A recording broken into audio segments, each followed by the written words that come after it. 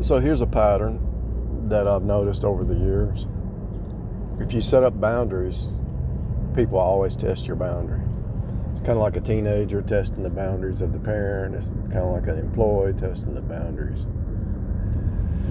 of the boss. It's kind of like renters testing the boundaries of landlord and neighbors, and citizens testing the boundaries and pushing back. There's always, anytime you set a rule, people test the boundary. I've noticed that with all my renters in the last 20 years. They always test the boundaries. And you say, no loud noise, no smoking, no drugs, no drinking, no partying, respect your neighbor. They always break the rules. Always. You tell your wife, I don't want your mom over here causing drama, and your sister causing drama, and they break the rules. Anytime you set a rule, they always push back. You might say, well, what is that? Why? Exactly, why? Why? It's the Jezebel spirit. It's the spirit of the air. They hate authority and don't even know it. Don't even know that it's a spirit working in them. They're working under an AI program. And anytime you set a rule or a boundary, the flesh always rebels against it. But if you don't set rules and boundaries, you're going to suffer. They'll go even to the extreme. Here's the thing. They'll keep breaking the boundaries and self-sabotaging even when they know that it's destroying them. They will destroy themselves and self-sabotage even though all they had to do is stop doing whatever they're doing. That's ridiculous. It's a Jerry Springer setup. Why would they do that? Because they can't stop. They're addicted to it. And they'll come up with these pity parties, excuses. I had one renter, when I rented to him about 10 years ago, I said, okay, so this is your section, and over here is storage, so this side I'm using for storage. And the guy knocked down the wall and started using that area. It's off the roof, people. Not even realizing that I could have gave him a 30-day notice and adios. They destroy their own self. Really. And if they're doing it with bosses and landlords and spouses and family and friends, if they're doing it with everybody else, crossing those boundaries, and you know you're eventually going to cut them off, imagine what they're doing to themselves. They're crossing their own boundaries that they know to be right and wrong. And I started thinking about it too, because this happens all the time. And I was thinking about it. Why do they cross boundaries? And then when you call them out on it, they get mad at you and you say, wait, it's right here in the contract. It's here in the agreement. Here's the truth. Here's reality. This is the manual, the corporate manual. There's no harassment. There's no prejudice. There's no harassment. There's no fraternization or whatever. And you show it to them, and they get mad at you, even though they're the one that's breaking the rule, and they can't stop. What is it? It's a program. It's an AI. I mean, why would you self-sabotage? Why would you destroy yourself? Why would you do anything that you agreed to, go against anything that you agreed to? You know it was right there. It was in the agreement, and you went against it anyway. Why? You agreed to it. Why would you go against it? Why would you self-sabotage? Why would you destroy yourself? Why would you say, I want a place to live, but knowing that you're going to break the rules and be kicked out? Why is that? And then get mad at the landlord who holds the enforcement, the power, the enforcement to kick you out. Why would you still get mad when you're the one that agreed to it? This is your space, keep it clean. But then you break the rules and leave a mess in the yard, and you get mad because somebody calls you out on it. Why? It's a program. And then what they do, see what they're trying to do is try to be friends with you. It doesn't matter if it's at the job or whatever. They want to be your friend because they don't want to do their duty. They want to just be.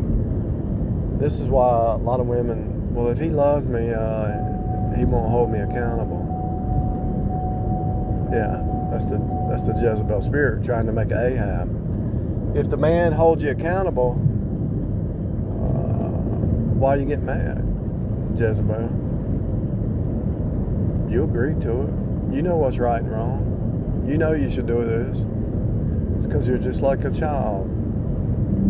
When the mom tells the child to go out, don't go out in the road, and here's the boundaries, and be back in the house before dark, the child breaks the rules because it's rebellion.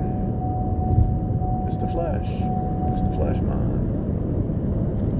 It's testing the boundaries. Actually, they want somebody they don't even know this. They actually want somebody to tell them what to do. They want the authority.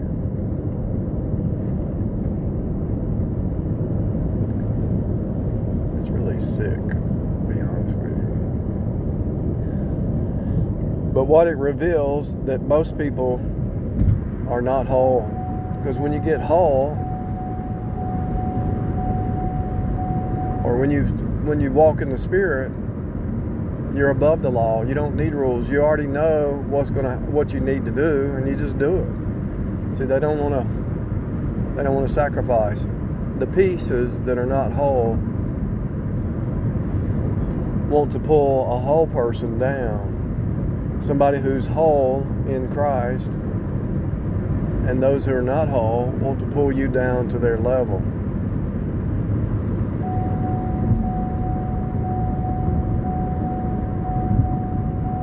And so they cross these boundaries thinking you'll be like them. See, they can only make copies of themselves.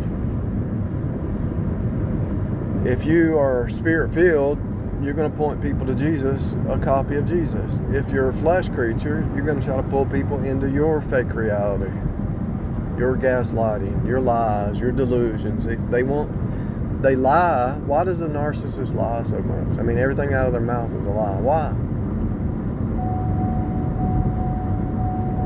They're testing your boundaries. Will you live in the fake reality or the real reality? Why? They're going to see it? Do you see if you want to live in their world, their fake reality? They don't have to be a witch. Just the fact that they're living in a fake reality means they're a witch. Rebellion is as the sin of witchcraft. Rebellion is as the sin of witchcraft. Rebellion is as the sin of witchcraft. Stubbornness is as idolatry. Stubbornness is as idolatry. Stubbornness is as idolatry, an idol. Idol worship. Rebellion. You don't have to be a witch to be a witch. You can be a witch when you rebel against and the sad part is they didn't even have to agree to it. They rebel against the thing they agreed to. That's what's weird.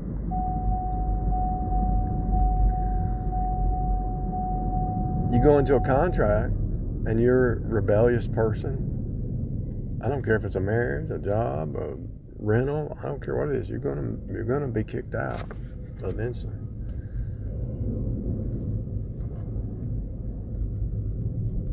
It's sad. It's totally sad.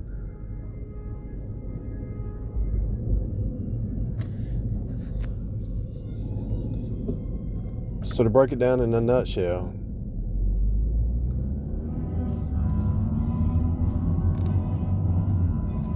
those that are in the flesh walk, the flesh mind, are contrary to themselves.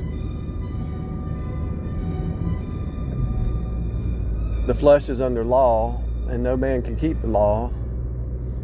See, what would be ideal if somebody renting from you, you put these rules up, and they go above and beyond. They make the place better than when they left. That's what they tell you to tell your children when you go in the public bathroom. Leave it nicer than when you got there.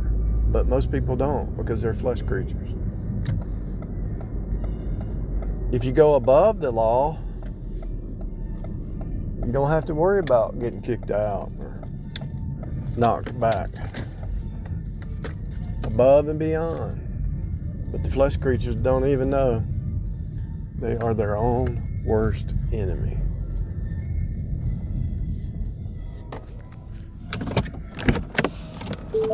They are their own worst enemy.